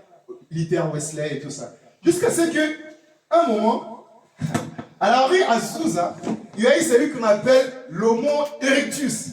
C'est-à-dire celui qui a vu le feu, il a eu une petite idée. C'était le mouvement pentecôtiste à la rue Azusa. Madame dit c'était pour la première fois, en 1906, depuis la destruction de Jérusalem, jusqu'en 1906, c'était pour la première fois que les gens ont vu les dons manifestés au milieu de l'église. Ça ne se ferait plus jamais, il n'y en avait plus cela. Parce que le feu n'existait plus, le feu était éteint. Et pour la première fois, ceci s'est manifesté à nouveau. Et ces gens-là étaient dans les églises. Ils parlaient en langue, ils prophétisaient. Les églises méthodistes et baptistes, toutes ces églises-là, les ont chassés d'ailleurs. Non, vous êtes des fous, quoi. Quelqu'un peut dire, venez comme ça, vous dites, je vois des anges, j'entends le voix, je prophétise. Non, tout ça, c'est des fous.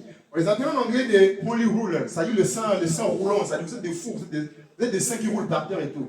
Ils étaient chassés des églises. Et leur leader, c'était un borgne, comme ça, il avait qu'un œil. Ils ont commencé à prier dans la rue comme ça. Et frère Branham dit, à cause de cela, comme Dieu voulait retourner le feu au milieu de l'église, il dit, pour la première fois, pendant qu'ils priaient, eux tous, ils ont été remplis du Saint-Esprit. C'est comme ça que le mouvement pentecôtiste a commencé. Amen. Ils ont été remplis du Saint-Esprit et ils ont commencé à parler en langue, à prophétiser sur les rites d'Azusa. Allez faire des recherches sur cela, vous allez voir, c'est très très important tout ça. Et maintenant, ils ont commencé ce qu'on appelle les mouvements pentecôtistes. Ce qui était bien avec eux, en ce moment-là, c'est qu'ils n'étaient pas une dénomination comme les baptistes.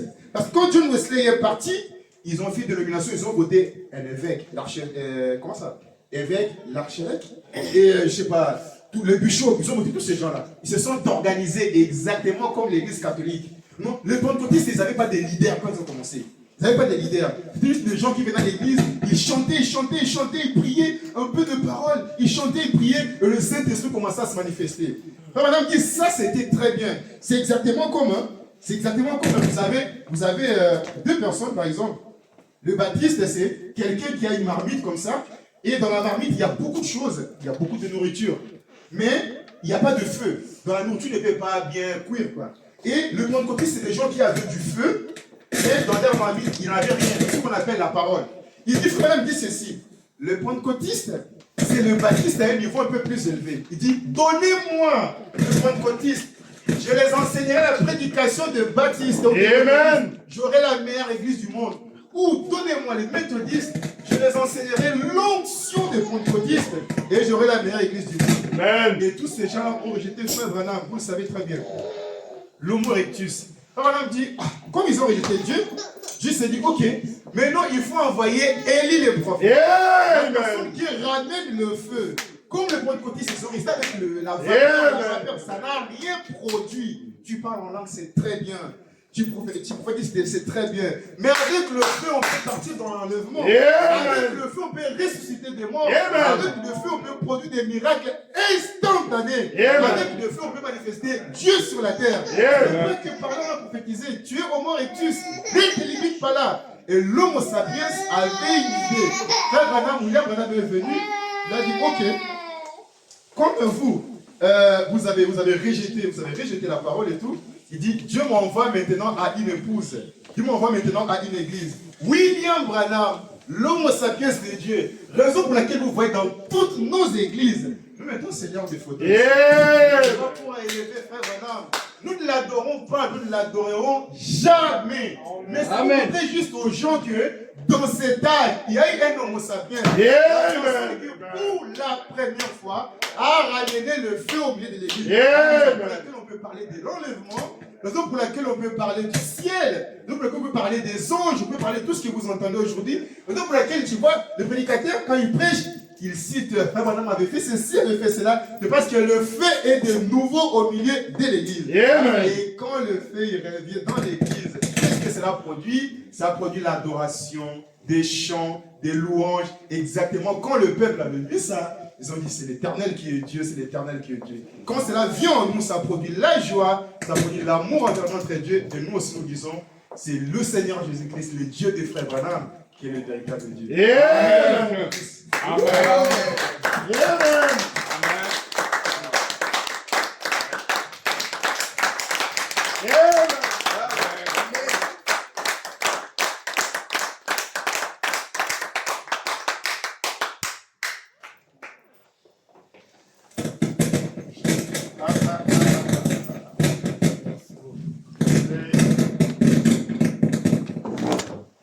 C'est merveilleux ça, n'est-ce pas? Amen.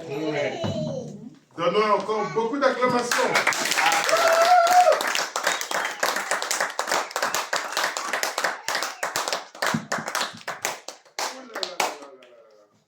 Ça, c'est très très bien. En tout cas, félicitations, frère Claude. Amen. Et que Dieu te bénisse richement. Amen. Une très très très bonne prédication. Waouh!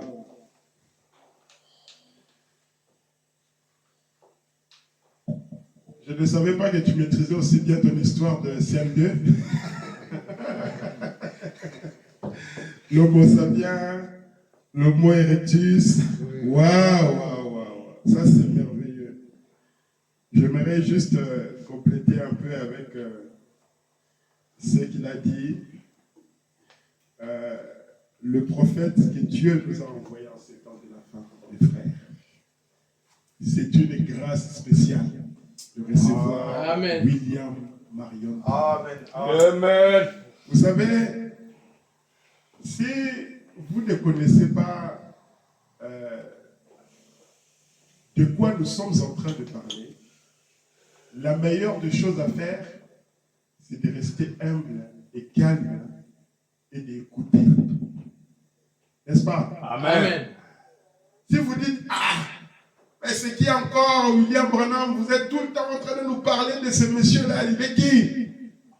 Vous allez rater quelque chose que vous allez regretter toute votre vie. Vous allez regretter toute votre vie. Regardez ce que le prophète nous dit. Je vais juste prendre le 7 minutes qui reste là, parce qu'il a fini à 52 et 53. Je vais juste prendre 7 minutes. Dieu dit le prophète a prêché un message. Dieu a pourvu à la guérison pour cette génération. Alors le prophète a dit dans ce message au paragraphe 22, il dit, Dieu a dressé un emblème ce soir à Chicago et à travers le monde. Le Seigneur Jésus-Christ a été élevé comme un emblème. Pour chaque alcoolique ici présent, voici un emblème dressé pour vous, que Jésus-Christ peut vous délivrer de la boisson. Amen. Amen. Pour chaque maladie ici présent, si je vous demandais ce soir, combien ont été guéris? Des boiteux, des aveugles, des estropiés, des affligés, des douzaines de mains s'éleveraient. L'emblème qui montre que Dieu habite parmi son peuple aujourd'hui. Amen. Amen. Comme il nous a parlé d'Élie le prophète. Élie était confronté avec le roi Akab et Jézabel. Et avec ses 400 prophètes de Baal et les 400 prophètes d'Astarté. Élie était tout seul. Eux, ils étaient nombreux. Alors, il a fallu qu'il se fasse une démonstration pour que le peuple de Dieu voie où se trouvait Dieu. Et le prophète nous dit ici, il dit des douzaines de mains se sont levées. L'emblème qui montre que Dieu habite parmi son peuple aujourd'hui. Amen. Amen. Quand vous voyez les yeux des aveugles souffrir, quand vous voyez des estropiés marcher, quand vous voyez des gens qui n'avaient pas de bras, d'un coup le bras apparaît. Mais ça ne peut pas être un homme. Quand vous voyez ça, vous voyez que c'est Dieu qui peut faire ça. Un homme ne peut pas faire ça, n'est-ce pas? Amen. Écoutez, le prophète dit, après que le serpent eut été utilisé comme emblème pendant plusieurs années, le serpent dont le prophète parle ici, vous allez vous souvenir, Moïse avait placé un serpent de rang. Quand le peuple était en train de bouder, alors il y avait des serpents, Dieu avait créé des serpents, ils étaient apparus et les serpents étaient en train de piquer tout le monde. Alors Dieu a dit à Moïse, forme un serpent de rang et mets-le sur le perchoir. Tout celui qui sera piqué, même si tu es piqué par le serpent, toi, ton problème, c'est seulement regarder le serpent qui est sur le perchoir. Alors, même si tu es mordu, mais si tes yeux se tournent vers le serpent, tu vas être guéri. Amen. Amen. Amen. Tu n'as qu'à regarder. C'est tout ce qu'on te demande de faire. Alors maintenant, écoutez, Frère William dit ça, il dit, après que le serpent eut été utilisé comme emblème pendant plusieurs années, ensuite, peu après, ils se sont mis à adorer le serpent plutôt que le Dieu qu'il représentait. Vous voyez le problème? Le problème, c'est que Dieu, il vous met quelque chose pour que vous puissiez regarder, avoir la foi en lui, afin qu'il vous guérisse, afin qu'il vous bénisse, afin que vous puissiez recevoir toutes sortes de bénédictions. Mais le problème, c'est que quand les gens regardent, ils trouvent que j'ai été guéri en regardant le serpent. Donc ce serpent ici, il est devenu Dieu. Alors les gens commencent à adorer le serpent. Tu regardes, il dit, mais adorez-moi. Adorer le serpent, comment ça? Est-ce que c'est le serpent qui vous a guéri? Ce n'est pas le serpent, c'est moi derrière le serpent. Amen. C'est moi derrière le serpent. Donc adorez plutôt moi. Mais les gens commencent à adorer le serpent. Puis il n'y avait plus d'emblème. Dieu, quand il voit ça, il dit, pourquoi vous adorez le serpent? Il va détruire le serpent. Puis il n'y avait plus d'emblème. il ne restait que le peuple. Il ne restait rien que le peuple pouvait voir. Ou plutôt regarder. Pour croire que Dieu guérissait toujours. Et peu après, un vent descendait du ciel sur la piscine de Bethesda. Et Dieu pourvoyait à une voie de guérison pour le peuple. Quand Dieu a enlevé le serpent des reins, plusieurs années, il ne voyait plus rien. Et d'un coup, ils vont voir une piscine dans laquelle il y avait une certaine agitation de la piscine. L'ange agitait la piscine. Et toi, si tu es malade, dès que la piscine est agitée, si tu rentres dedans, tu es guéri. Le premier qui rentre dedans était guéri.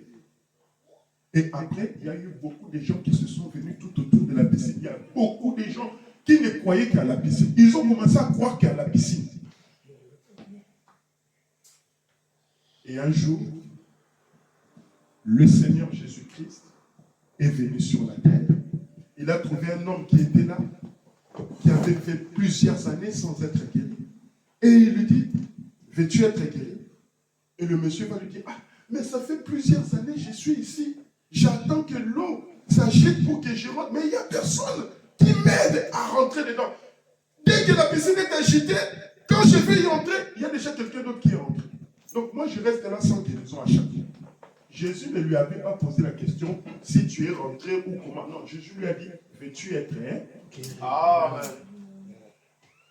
Alors Jésus va lui dire, lève-toi, prends ton lit et marche. En ce moment-là, la piscine n'avait plus d'importance. Amen. Est-ce que vous voyez ça? Amen. La piscine n'avait plus d'importance. Maintenant, ils avaient quelque chose à regarder. Ils ne devaient plus regarder à la piscine, mais ils devaient regarder maintenant à Jésus-Christ. Amen. Et quand Jésus est mort, il est allé au ciel, il nous a envoyé le Saint-Esprit. Il a envoyé aux disciples le Saint-Esprit. C'est ce que votre frère a lu ici dans Malachie chapitre 4. Voici, je vous enverrai, Élie le prophète, pour ramener le cœur des enfants à la foi de leur père. Qui sont nos pères? Ce sont des disciples. Amen. C'est pour ça, quand vous prenez vos Bibles, nous lisons dans Matthieu, nous lisons dans Jean, nous lisons dans Pierre. Ce sont les disciples de Jésus-Christ. Amen. N'est-ce pas? Amen. Lorsque nous lisons Romains, c'est Paul qui l'a écrit. Mais ce sont des gens qui ont expérimenté Christ. Et remarquez que Paul pouvait être là, Pierre pouvait être là, et les gens venaient tout autour d'eux, et ils étaient guéris. Parce que Dieu travaillait à travers ces hommes-là. Et jusqu'en 1906, aux États-Unis d'Amérique, comme le frère l'a cité ici, l'Écriture, la civilisation va de pair. L'évangile va de pair avec la civilisation. Et la civilisation a commencé à l'est, en Jérusalem. Et comme Jésus-Christ avait dit que c'est à partir de Jérusalem que l'évangile ira partout dans le monde. Amen. Amen. Et ça va commencer là-bas. Et ça va aller, ça va traverser, ça va venir en Europe. Toute la partie européenne ici, la France, tout ça, ont reçu l'évangile avec Martin Luther, avec Wesley, avec tous ces hommes-là. Et c'est allé jusqu'aux États-Unis. Et c'est de là que Dieu nous a envoyé un grand prophète. Regardez ce qu'il nous a dit. Il a dit, la photo ici que vous voyez, ce n'est pas la photo que nous mettons, parce que Frère Branham n'a pas pris seulement cette photo ici dans toute sa vie. Il a pris beaucoup de photos dans sa vie. Mais si vous allez dans les églises du message, vous allez voir cette photo. En fait, la photo là, c'est pourquoi? C'est pour la colonne de feu qui est au-dessus là. Amen. C'est ça. Or, cette colonne de feu là, si vous regardez dans le livre d'Exode, vous allez voir que les enfants d'Israël, lorsqu'ils sortaient de l'Égypte et qu'ils allaient à la terre promise, devant eux, Dieu était comme la colonne de feu la nuit, et le jour, la nuée de gloire qui l'accompagne. Et nous sommes dans Donc, nous sommes en train, donc, comment je peux dire ça? Nous sommes dans un même programme. Moïse a fait sortir les enfants d'Israël d'une terre physique pour les faire entrer dans une terre physique. Mais le prophète de Dieu qui est venu, il est en train de nous faire sortir dans un système dénominationnel pour nous faire entrer dans un pays spirituel. Amen. Amen. Amen. Amen. Cela, mes frères, comme je vous ai dit, aujourd'hui, il n'y a plus de prophète.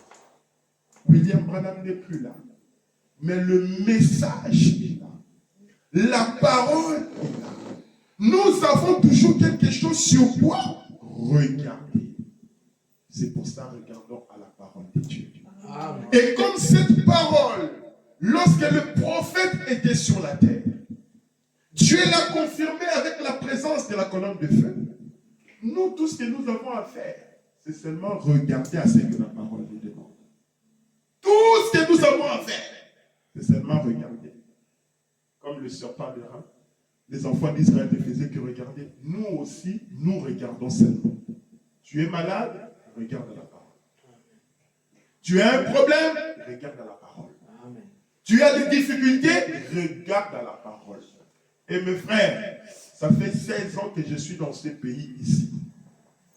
J'ai vu mes problèmes être résolus d'une manière simple. Amen. Le problème avec Dieu, c'est que si vous cherchez des solutions extraordinaires, allez dans le monde. En Dieu, ces réponses sont simples. Amen. Regardez seulement le frère Pedro qui est ici. Là. Regardez le frère Pedro ici. Peut-être que lui-même ne comprend pas. Il ne comprend pas. Mais quand il a été renvoyé dans son truc là, son truc d'asile là, il était en train ici dehors là, il n'avait pas un endroit pour dormir. Je priais pour lui tous les jours. Il va se rencontrer avec Frère Simon. Frère Simon qui va lui donner une adresse pour aller à Saint-Lô. Pardon, à Grandville. Mais lui, il va mal noter les numéros. Alors il va dire, mais j'appelle, ça ne passe pas. J'appelle, ça ne passe pas. Un jour, Frère Simon va l'appeler. Viens un peu ici. L'accent numéro, bien encore. Mais c'est pas ça. Et ils vont appeler le bon numéro. D'un coup, on le prend. Pourquoi il s'est trompé depuis tous ces temps-là? Peut-être que s'il était parti en ce moment-là, on n'allait pas le prendre. Peut-être qu'on n'allait pas le prendre. Vous savez comment Frère Guinness s'est rencontré avec ma femme? Ma femme avait un rendez-vous ici à Caen. À Saint-Lô. Elle arrive le même jour de son rendez-vous, on annule son rendez-vous. Ah, pourtant, elle était déjà ici à Saint-Lô. Elle va rentrer. Le jour où on lui donne rendez-vous, deuxième rendez-vous, c'est là qu'elle va se rencontrer avec Frère Guinness. C'est ce jour. Pourquoi le premier rendez-vous avait été annulé?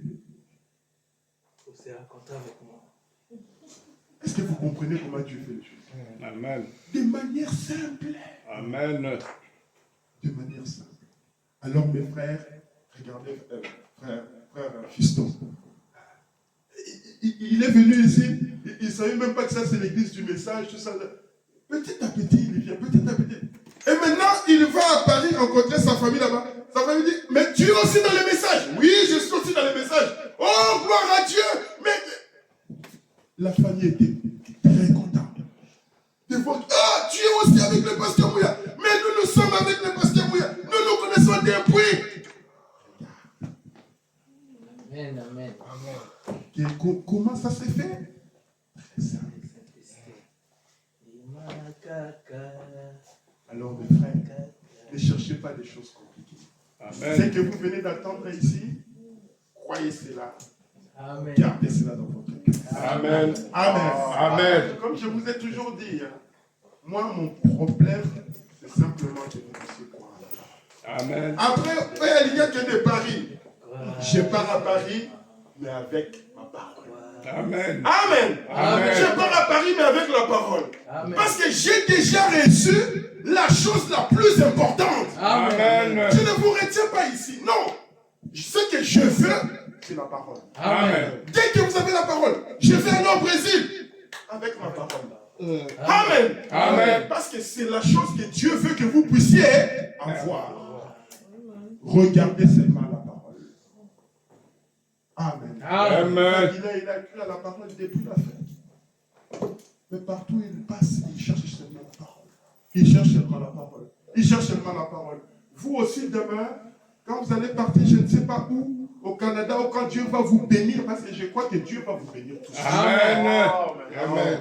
Il va vous bénir. Amen. Ça va prendre un peu de temps. Vous allez passer par des moments de galère. Vous allez passer par des moments difficiles. Mais il va vous bénir. Amen. C'est sa promesse. Amen. C'est sa parole. Croyez-le. S'il m'a béni, il va aussi vous bénir. Amen. Amen. Amen. Il n'y a pas d'épreuves éternelles. Il n'y en a pas. Il n'y en a pas. Gardez seulement la parole. C'est votre richesse.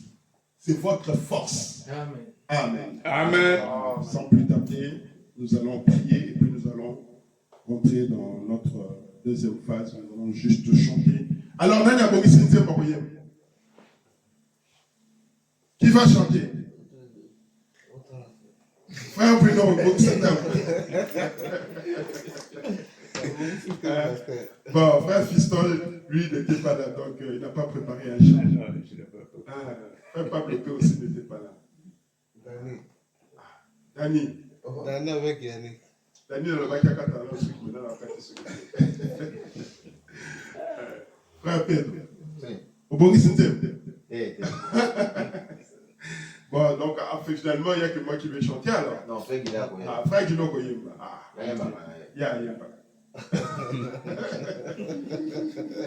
Bon, nous allons chanter, prier, puis nous allons entrer dans notre deuxième phase. Nous allons chanter un peu, puis on va partir. 13h30, il est 12h10, on va partir. Les dieux puissants, c'est 556, justement, 7, moins 7.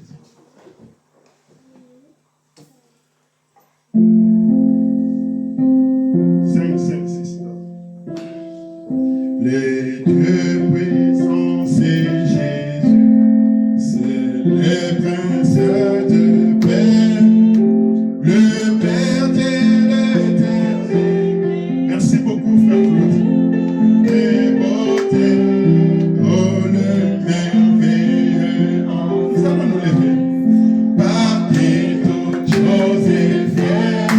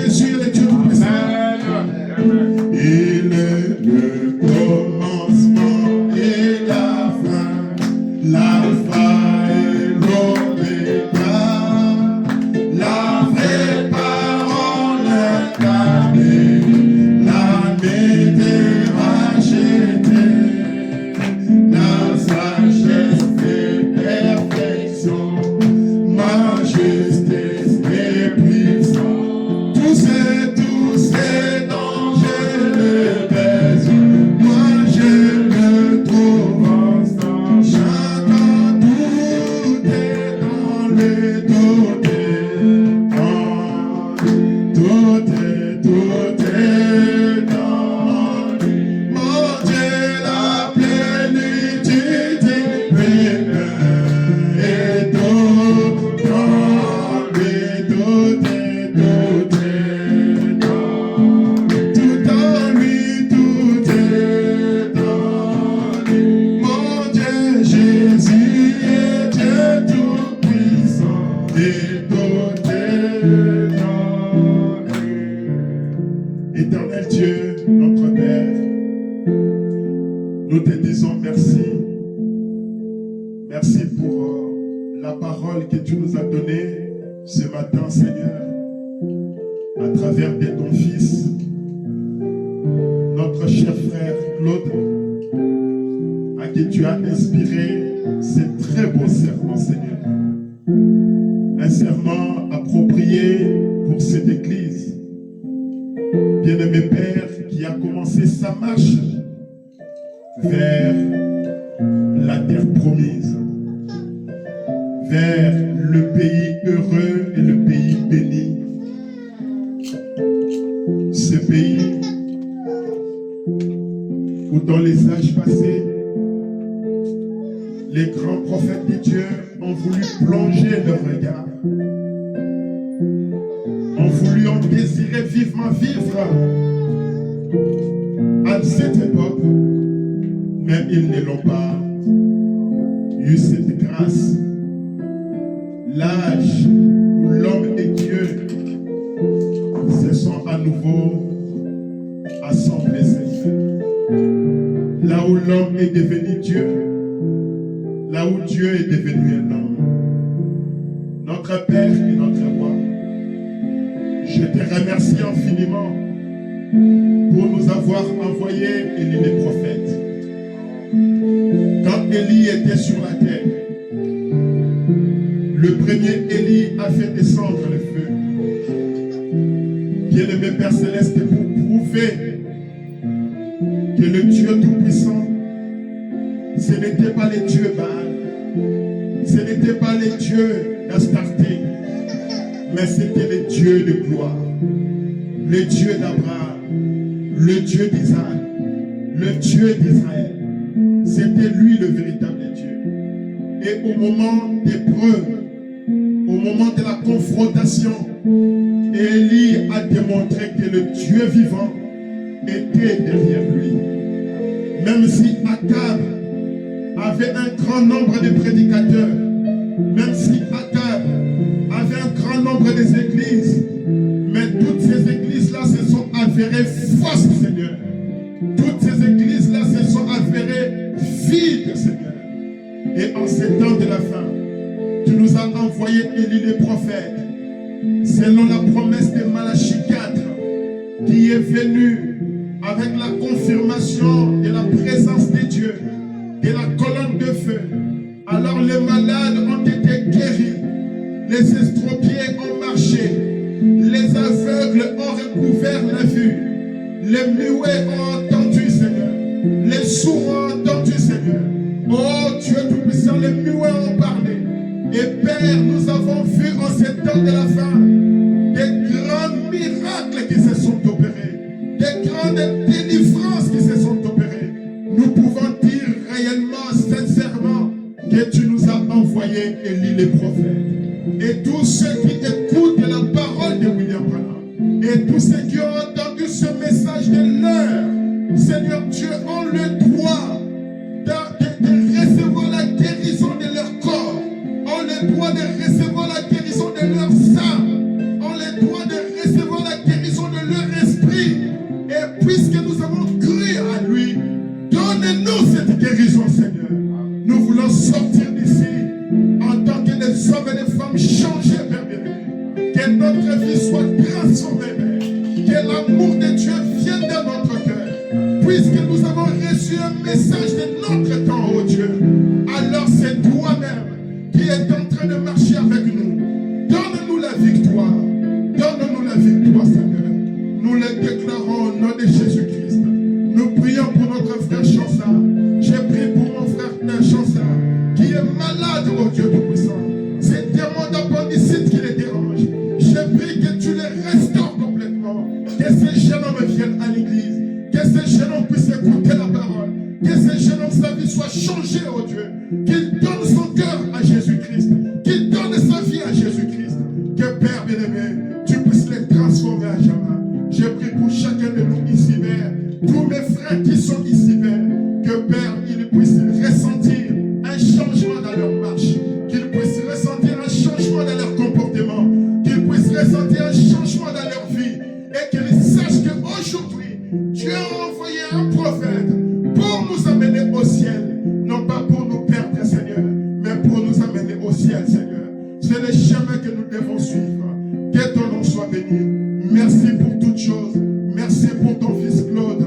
Merci pour son ministère. Bénis-les encore une fois de plus. Que ton nom soit béni, oh Dieu Tout-Puissant. Nous avons ainsi prié et demandé. Alors que nous voulons maintenant chanter pour toi.